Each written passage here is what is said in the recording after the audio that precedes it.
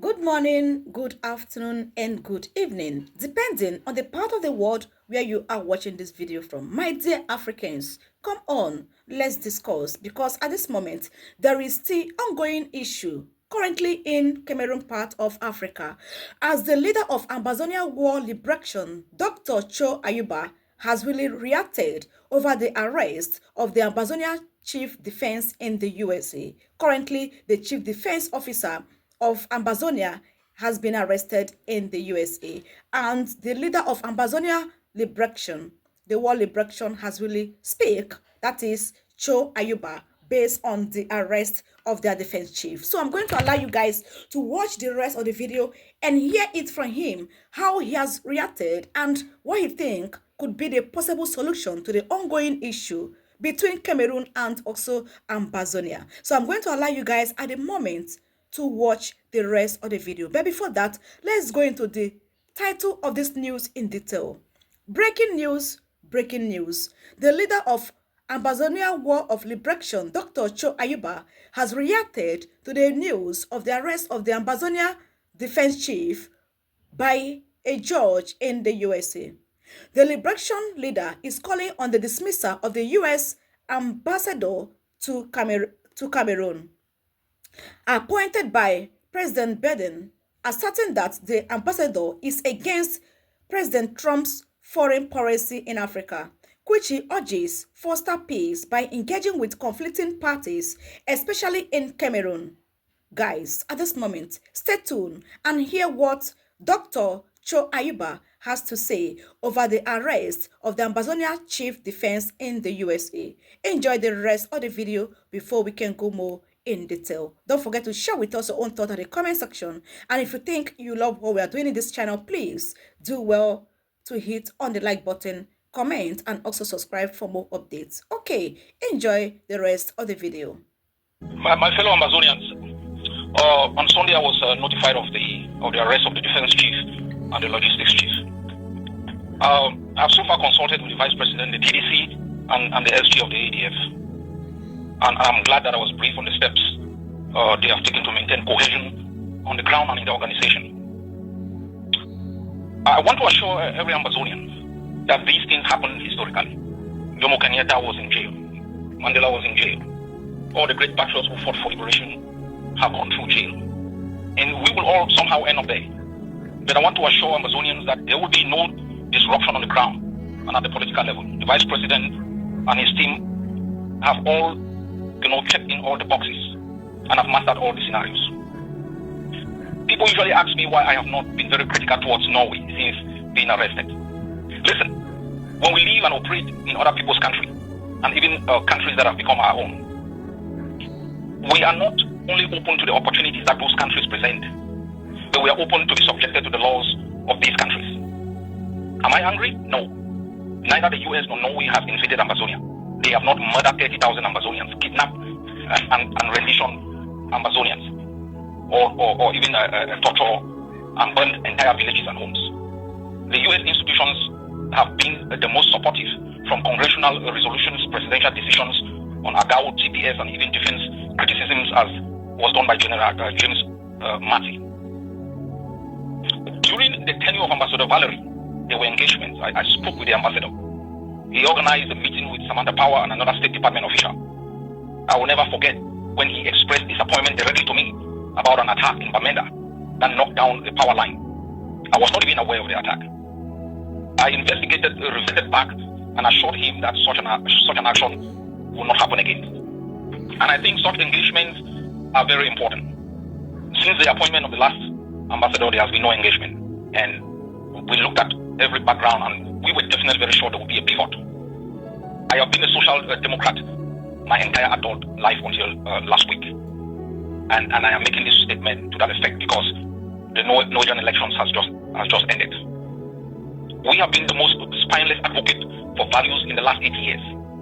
We have the most prominent social democrats in power, from Berlin through London to Washington, when Rwanda happened. What I am sure is that the current foreign policy doctrine of the United States is that of engagement. Despite October 7, 2023, it is engaged with Hamas. Despite 7,000 civilians killed in Goma when M23 moved in, the President of the United States has secured an agreement between Rwanda and the DRC. Despite still being on U.S.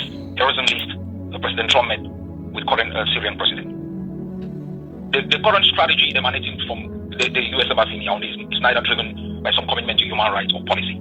It is driven by politics, and it is inconsistent with current U.S. policy in dealing with conflicts. And that is why it is my position that a speedy change of ambassador in Yaoundé would be for the interest of the resolution of the conflict between Cameroon and Ambazonia.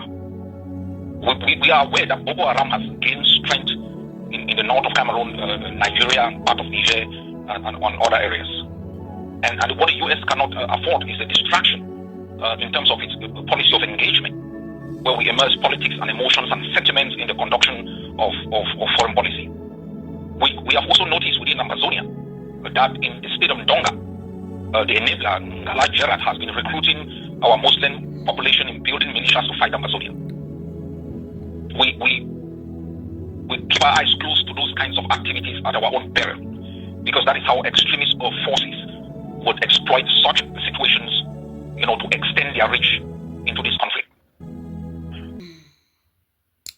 So, my dear beautiful people, my dear Africans, I don't want this video to be too long. So, this man has really said a lot in this particular video, but I want to cut it. We are going to continue in my next video because I have something to say and I wouldn't want this video to be so long. Then why is it that this issue have been going on for years and nothing has been done about it? Why is it that Ambazonians have been craving for separation, for freedom, and Camerooners said no, and Emmanuel Macron are saying no, and France are saying no? Why? Just because Ambazonia, their land, has a lot of tangible mineral resources. That is why Cameroon and also France, the West, at all cost, they want to make sure they merge the both of them together. In as much as they are saying, I don't want to be part of Cameroon again. We were betrayed. This is not what we signed in agreement. We want our total freedom. We want our own liberation. We don't want to be part of Cameroon again. Why not let them go? If actually that you guys have nothing to benefit from joining together, from being together with Ambazonians, because at the moment, according to Ambazonians, they are saying that they have not been benefiting anything that has to do with governance in Cameroon, that nothing good is coming to their side, no development, nothing at all. So at this moment, how can you be milking their mineral resources and you are sending it down to some part of Cameroon that are benefiting and also to France, whereas the owner of those mineral resources, Ambazonians, are not part of it? Remember, when you come to Cameroon, they have the English-speaking Cameroonans, and they also have the French-speaking Cameroonans. So the Ambazonians are the English-speaking Cameroonans. So they, according to them, they said, we don't want to be part of Cameroon again. We want our separation. We want to be alone. Then why are you wasting time not letting these people go? Do you want to finish all the Ambazonians before you can let them be? I don't even know, like, sometimes I begin to think, Africans, now we they do ourselves, what is the problem? Because the people you are waiting for to come and liberate you, they are only causing issues in your countries to have the right to use that issue ongoing in your country to penetrate and keep on milking you. The West do not want peace in Africa, because when there is peace, Africans will unite and know that the West mean no good to them. That is why they are trying at all costs to make sure that peace does not come close anywhere to Africa, because that is what they want, so that they can keep on controlling Africans. They want to make sure that Ambazonians and Cameroonans, they can't cross the same way. Just go to Cameroon now. I've been reading many news from Cameroon, and I was like, oh my goodness, why wasting life that you cannot create? Many don't go down, in as much as election is coming so soon. It's around the corner. Ambazonians, they said, we can't vote, we are not part of it. Just let us be. Allow us to go. For the sake of peace, for the sake of innocent children, for the sake of the younger generation, why not let Ambazonians be? That is my own take in this video. Aside what Ayaba has said. So guys, I'm going to continue this video in my next video because I have to cut his voice message. It's too long because I wouldn't want to waste your time because I still have my own idea, my own point to give out. So that is why I have to cut the video. So based on what Dr. Ayaba has said in what is currently going on in Cameroon, what is your own take?